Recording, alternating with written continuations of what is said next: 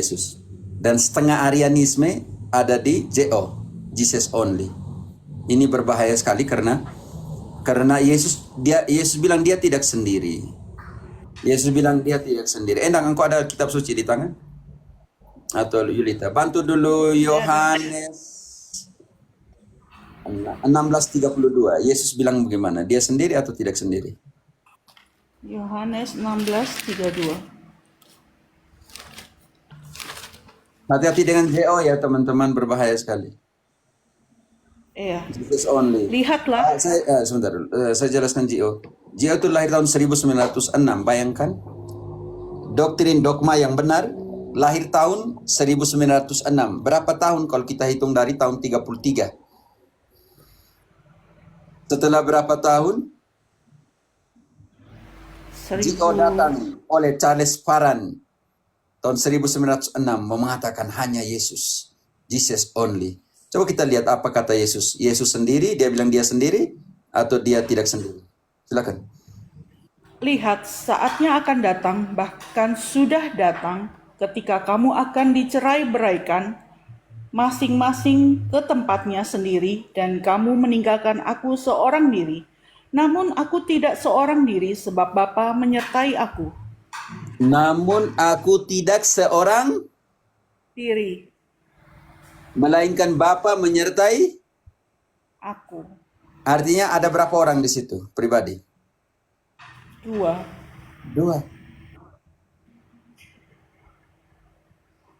Ini berbahaya sekali. Jio tidak mengerti. Aku ada di dalam Bapa. Bagi mereka sama dengan aku adalah Bapa. Kita batu ayat pembanding, tapi ayat pembanding yang juga pukulan untuk mereka. Yohanes 17 ayat 21. Yohanes 17:21 ya. Supaya mereka semua menjadi satu, sama seperti Engkau ya Bapa, di dalam aku dan aku di dalam Engkau. Aku di dalam Engkau itu tidak sama dengan aku adalah Engkau. Kalau kata ada di dalam artinya sama dengan, belajar kembali bahasa Indonesia. Karena yang akan datang ini jadi bermasalah. Lanjut.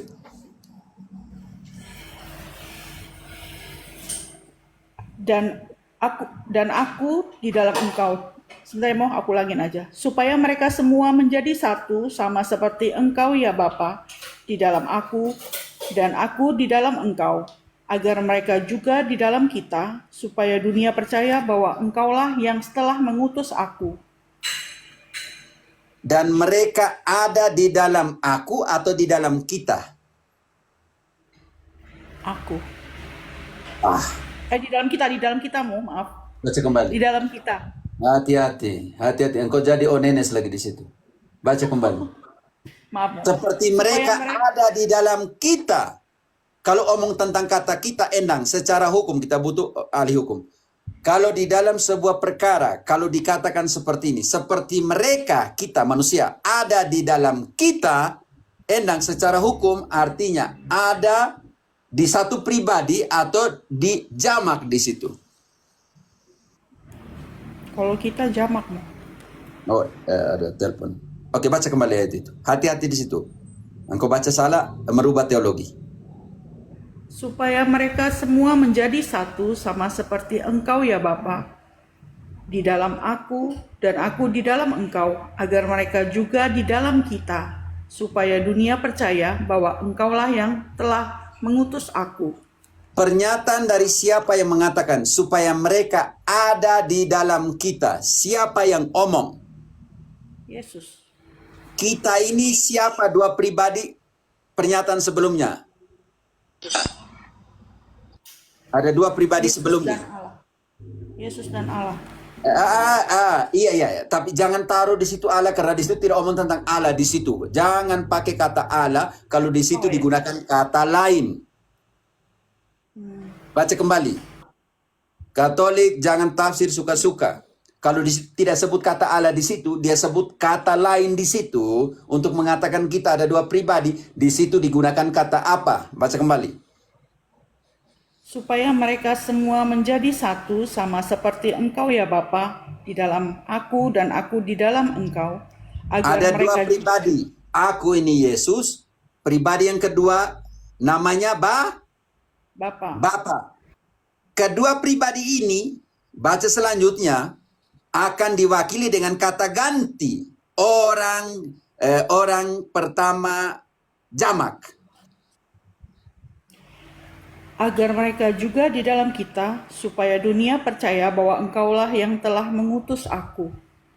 Artinya, di situ siapa yang utus? Pribadi yang sama atau bukan? Bukan. Siapa yang mengutus Yesus? Bapa. Artinya Bapa adalah pribadi yang berbeda dari Yesus atau tidak? Berbeda. Berbeda. Lisa, buka mic-mu. Yang kedua, aku di sini siapa? Aku di sini siapa? Yang omong tuh. Yesus.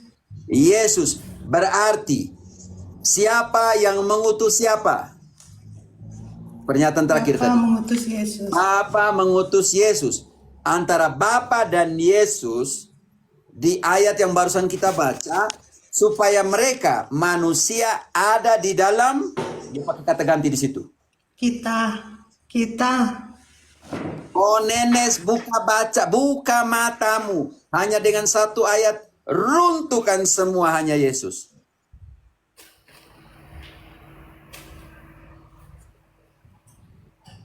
Endang, engkau yang hukum, orang hukum. Kalau di situ dikatakan, seperti mereka ada di dalam kita, kita ini di dalam pengertian hukum, jamak atau tunggal? Endang. Halo Romo, jamak Romo. Jamak. Tetapi yang saya tidak mengerti, onenes G.O. itu, Jesus only itu, unisitarian itu mengatakan itu tunggal. Dengan satu ayat, baca kembali ayat itu dan kita analisa. Yang pertama, ada di dalam, arti sama dengan adalah. Berbahaya sekali di situ. Baca kembali. Satu ayat cukup. Hanya pakai ayat ini, tumbang semua G.O. Sampai ke akar-akar. Supaya mereka semua menjadi satu, sama seperti Engkau ya Bapa, di dalam aku dan aku di dalam Engkau, Tahan dulu. agar mereka... Tahan dulu. Seperti engkau ada di dalam aku dan aku ada di dalam dia. J.O. Ada di dalam tidak sama dengan adalah. Di situ bilang aku ada di dalam Bapa dan Bapa ada di dalam aku. Di sana tidak dikatakan aku adalah Bapa dan Bapa adalah aku. Belajar bahasa Indonesia. Lanjut. Agar mereka juga di dalam kita, supaya dunia percaya bahwa Engkaulah yang telah mengutus aku. Amos, angkunya apa? Agar mereka ada di dalam kita. Berarti kalau manusia ada di dalam Yesus dan Bapa, artinya kita adalah Bapa dan Yesus. Tidak. Gagal logika. Yang kedua, sekarang alasan kedua. Supaya mereka, baca kembali ayat itu, ada di dalam siapa?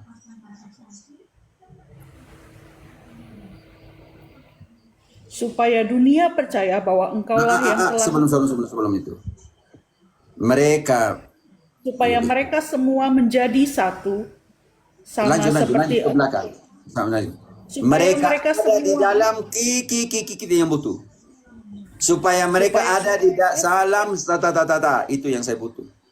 Lihat logika teman-teman, yuk kita lihat logika, ikut alurnya. Kalau tidak nanti kita kembali lagi. Sama seperti engkau ada di dalam aku dan aku di dalam dia dan mereka ada di dalam itu yang kata kunci itu yang saya butuh. dan mereka juga ada di dalam kita. Dan mereka juga ada di dalam kita. Ada di dalam kita sangat jelas mengatakan bahwa itu tunggal atau jamak. Jamak. Kita, kata kita. Sejak kapan G.O. merubah kata kita sebagai tunggal? Sejak kapan? Sejak kapan kaum G.O. Jesus only tidak mengerti bahasa Indonesia? Kita artinya jamak. Maka di situ kembali lagi ke 16 ayat ke-32. Ya. Amos, kau panas kenapa lah, Amos? Saya jelaskan kitab suci, bukan jelaskan penalaran pribadi. Tolong mute-kan yang teman-teman yang lain. Oke. Lihat, saatnya akan datang, bahkan sudah datang ketika kamu akan dicerai-beraikan masing-masing ke tempatnya sendiri, dan kamu meninggalkan aku seorang diri. Namun aku tidak seorang diri, sebab Bapa menyertai aku. Artinya kita tadi di dalam Yohanes yang kita baca tadi 17:21 sangat jelas kita itu adalah pribadinya siapa dan siapa. Pribadinya Yesus dan Bapa. Artinya itu, Perkara kalau selesai. iya, jadi itu kalau kita bicara tentang manusia kan berbeda dengan logika manusia. Kalau secara hakikat Yesus dan Bapa, Yesus itu kan ya spesial ya, ilahi. Jadi kalau secara logika manusia memang tidak masuk akal, tapi kalau kita berpikir lagi lebih jauh, yaitu Yesus dan Bapa, mereka adalah satu. Satu. Esensinya. Kita omong tentang Yes. esensi. Kealahannya. Oke, sekarang kita lihat. Kalau begitu Yesus yang datang ke dunia ini dijelaskan di dalam Kolose 1 ayat 15 adalah gambar apa?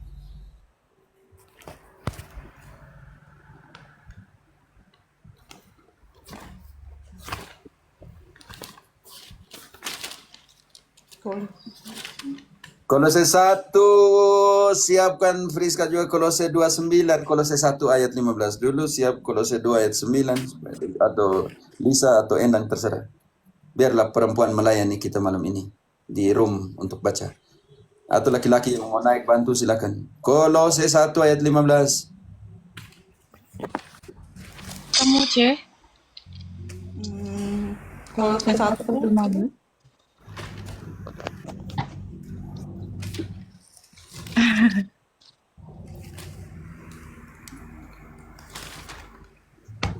ya, udah.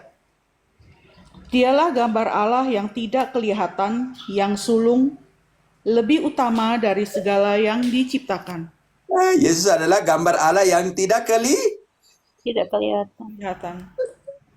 Itu juga kamu repot sekali. Oke, sekarang Kolose 2 ayat 9. Di dalam jasmaninya berdiam apa? Kepenuhan atau tidak kepenuhan? Sebab dalam dialah berdiam secara jasmaniah seluruh kepenuhan kealahan. Baca kitab suci Kak Protestan kalau mau jadi pintar tuh. Jangan ambil ayat untuk jual persepuluhan. Ujung-ujung persepuluhan ada satu pendeta kita nih. Efrasorus dia Deviti. Ujung-ujung omong tentang ini. Terakhir persepuluhan. Omong tentang sadar ya Efrasorus, ternyata engkau sadar. Kau kritik orang tapi engkau bagaimana? Ya sama, mau kayak Sofiatul dari Al Hayat, dia penghina Katolik. Orang Katolik itu nggak pernah bawa Alkitab, nggak pernah bawa kitab suci ke gereja. Yang dibawa apa tuh bukunya? Puji syukur Pada apa? bakti. Pada bakti katanya gitu kan. Nah, Saya bilang menghina kami pergi sekali ya Ekaristi orang Katolik. bukan untuk pergi bukan pergi ini studi kitab suci. Bukan untuk menyembah buku. Yang kami terima itu siapa? Itu penting. Oke. Bless, apa kabar Bless? Endang ada pertanyaan, Bless ada pertanyaan. Bapak-bapak di bawah ini kalian bapak-bapak tunggu di bawah tuh. 1 jam lagi bapak-bapak turun mama turun, bapak-bapak naik.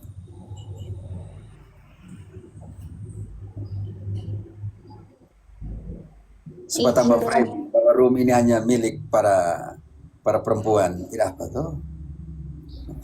Ada room laki-laki, ada hari laki-laki, ada hari untuk perempuan. Jadi dari Kolose 2 ayat 9 itu kita sadari bahwa Yesus tuh hakikatnya sebagai Allah sendiri ya, Romo ya. Dan sebagai manusia benar-benar Dan Allah sebagai manusia ya, Romo ya. Benar-benar. Saya sudah paham nih, Romo. Jadi saya tidak bingung lagi.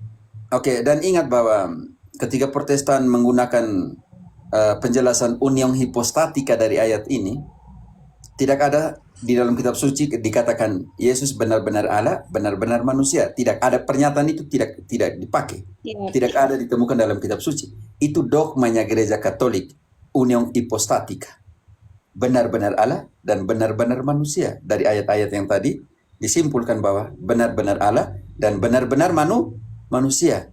Kalau Protestan menolak union hipostatika, benar-benar Allah dan benar-benar manusia, kalau mereka menerima dogma itu, artinya mereka kontradiksi, senjata makan Tuhan sendiri. Kenapa? Karena mereka menerima dogmanya gereja Katolik. Kalau mereka terima Tritunggal Maha Kudus, itu dogmanya gereja Katolik.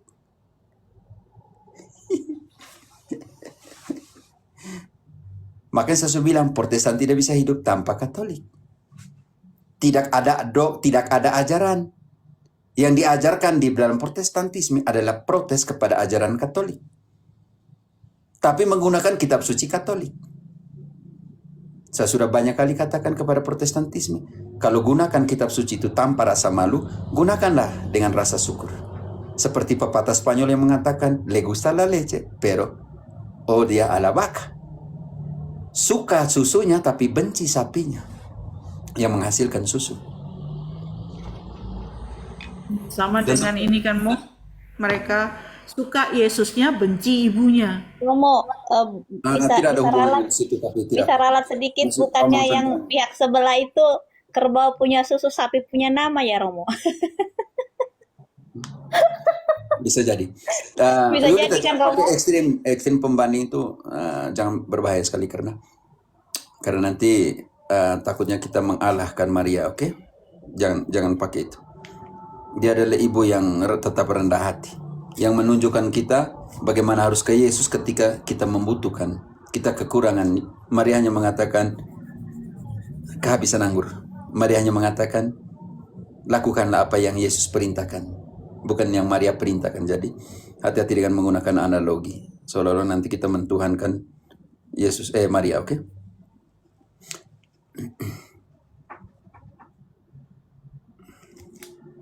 Biarlah bandingkan mereka dengan susu dan sapi.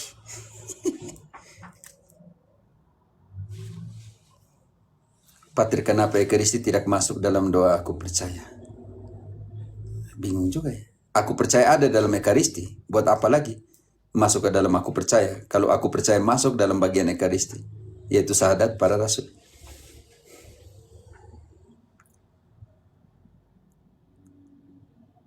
Teman-teman nanti tunggu tentang kultus ya. Mungkin Om Jimmy lagi edit. Itu bagus sekali. Nanti omong tentang bagaimana Ekaristi adalah penyembahan tertinggi secara biblis. Karena ibadat ini saya bingung. Saya cari dasar biblis dari ibadat Protestan itu. Mau bantu mereka analisa tuh. Tidak dapat. Karena sebuah ibadat harus dipimpin oleh imam. Itu yang pertama. Di dalam ibadah harus ada altar, imam, dan kurban. Yang di sebelah menari-menari, jingkar-jingkar, lompat-lompat, gimana? Dan di dalam ibadah itu harus ada keheningan, ketenangan. Seperti imam-imam mempersembahkan kurban. Tidak teriak-teriak, tidak jingkar-jingkar, tidak loncat-loncat.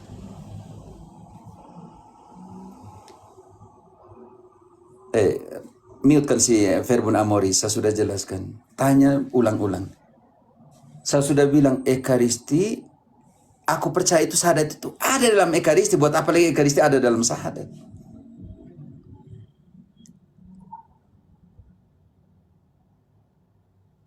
Sudah ada di dalam penyembahan Ekaristi itu. Penyembahan Tuhan di dalam Ekaristi sudah ada syahadat. Makanya ada setelah homili, kita akan masuk ke dalamnya syahadat para rasul. Itu bagian dari Ekaristi. Sudah terus dijelaskan, tidak tahu ini si Verbum Amoris ini.